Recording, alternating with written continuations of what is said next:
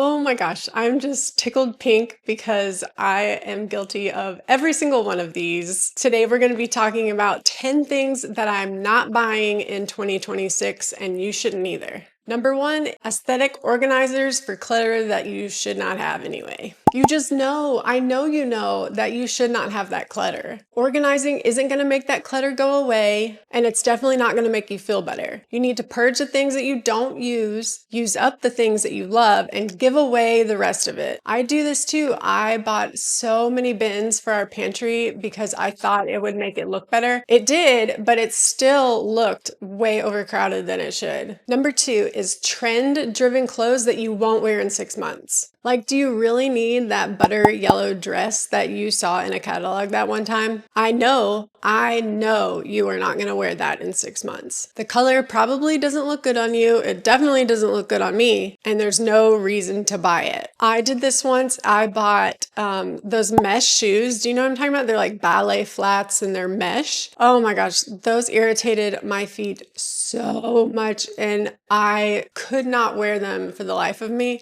And even if I could wear them, they just looked ridiculous on me. Like a mesh shoe. I don't know. That's just weird. Number three, cheap versions of things that you actually want. I know that we have all done this. I am guilty of it. I have purchased purses on Amazon, dupes of things that I really want. You know, I would want this like perfect leather bag, like just for me. And then I find the exact same thing, but it's pleather on Amazon, and I buy it anyway, thinking that it's going to make me feel good. And really, in reality, I felt like I just wasted money because the fake item just broke anyway, and I still don't have the item that I want. And of course, I'm not talking about this for everybody. Like, if you don't have the means to buy the thing that you really want, like, don't do it. Don't break the bank for it. But this is just in general. I'm always tempted to do this with skincare, but the last time that I did, I got the product, I put it on it overnight, and then the next morning, my skin hated me. Like, I got acne. I haven't had acne since I was a teenager, and I don't know what happened, but it did not like my skin at all. Okay, and tech that breaks immediately goes under this category. I bought the dupe of the Apple earbuds off Temu, and they broke within a week.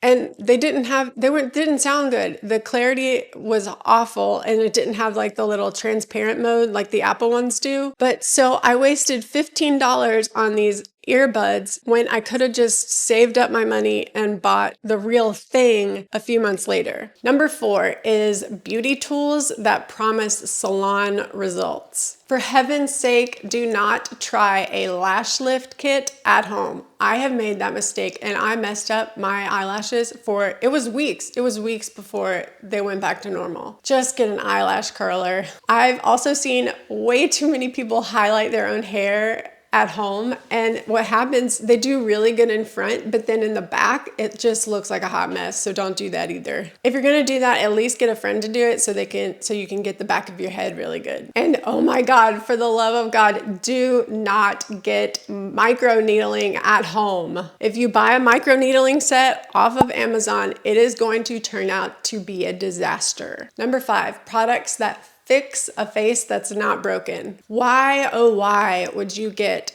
anti-acne skincare when you don't even have acne? This can really, really burn your skin, and it might even just leave some scarring. Also, if you are 22, you do not need Botox. This baby Botox trend is not okay. When you're 22, wrinkles don't stay like they do with like a 40-year-old or a 50-year-old. They go away. You have enough collagen in your skin to keep it from doing that. And this is just deep rooted into not comparing yourself to everyone on the internet, because 99% of the time they are heavily filtered and probably have a ton of makeup on. So stop comparing yourself. Your face isn't broken, so don't try and fix it. Ooh, okay. Number six, please do not buy more productivity tools when what you really need is rest. This is about trying to fix exhaustion, not organization. And I hear this all the time, and I'm guilty of it, but if I could just be more organized, then I'd feel better. And that's not true. You don't need an new planner. You don't need a new agenda. You need to take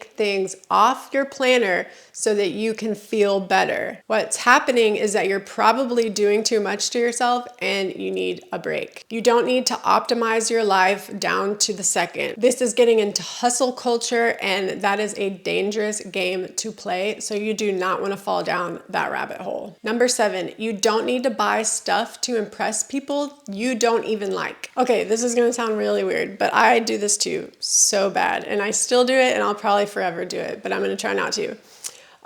So when I am buying, say, a dress or like a mascara or anything like that, I will have this one person in mind. I'm not going to tell you who it is. I will have this one person in mind, and I'm thinking, would this person like what I'm wearing? And you know what? I don't like her at all. So why do I even care what she thinks? I don't know. I know that you have done this too. So please leave me a comment down below and tell me all about it. And this kind of goes hand in hand with number 8. Don't buy anything that makes you feel left behind. For example, I am so ashamed to say this. It's really embarrassing. But I bought a car to show a status symbol that I don't even have. My car, oh my gosh, my car payment is over $1,000. It seriously makes me want to throw up. I can't even tell you the real number because you would be floored. We have the means to pay for it, thank God. But that doesn't mean I couldn't have spent that money elsewhere, somewhere way more valuable. And the problem with this is that I wanted to show that I had more than I really did. And I'd fall into this trap where I'd see people my age getting XYZ, and I feel like I would have to have that same thing too, or I would feel left behind. And that creates a cycle of wanting more and more and more all the time. And this would hit me too in like LinkedIn. Oh my God, I used to be so big on LinkedIn. That's really sad to say. But I would see my friends from college, and they would have these amazing titles like vice president of people or senior sales director, regional director in charge of sales. Like they would have these amazing titles, and I would compare myself to them, and I would just be a little girl in marketing. Or even now, like I'm just a stay-at-home mom, and I don't mean just, I'm a stay-at-home mom, and I am proud of that. However, I do get a little jealous and envious sometimes when I see someone my age who is so successful in their career. Number 9, don't buy things that fix an emotion. When you are lonely or craving a connection, do not go onto TikTok and buy TikTok things. When you buy things to self-soothe, you are getting a dopamine hit, and you are starting this endless cycle, and that is how shopping addictions start. Also, you don't need to be buying something that gives you a glow up or a new year, new you. I am going to be talking about that topic in another video, probably my next one, but that's just something I want to tell you. New year, new you is not a thing, and neither are glow ups. Number 10, holy grail products that someone on TikTok influenced you to buy. When someone says holy grail or a must-have item, please run in the opposite direction. 9 times out of 10, they're just trying to sell you something. They probably haven't even tried the product, and they're really just trying to make money off of you. Don't fall for it. It's definitely an affiliate link. These tactics by these influencers are just paid reviews dressed up as friendship. This is a parasocial relationship. You are not their friend.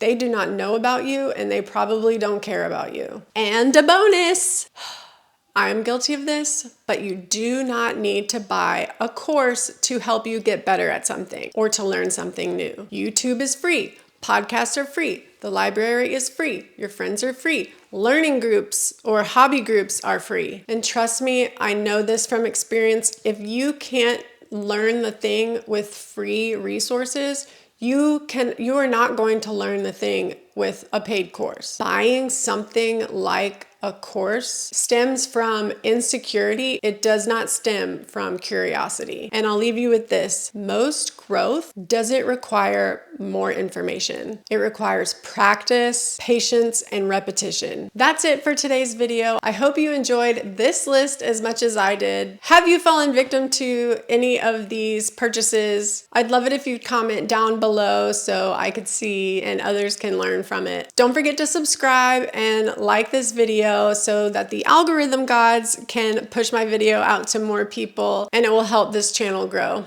Have a good day.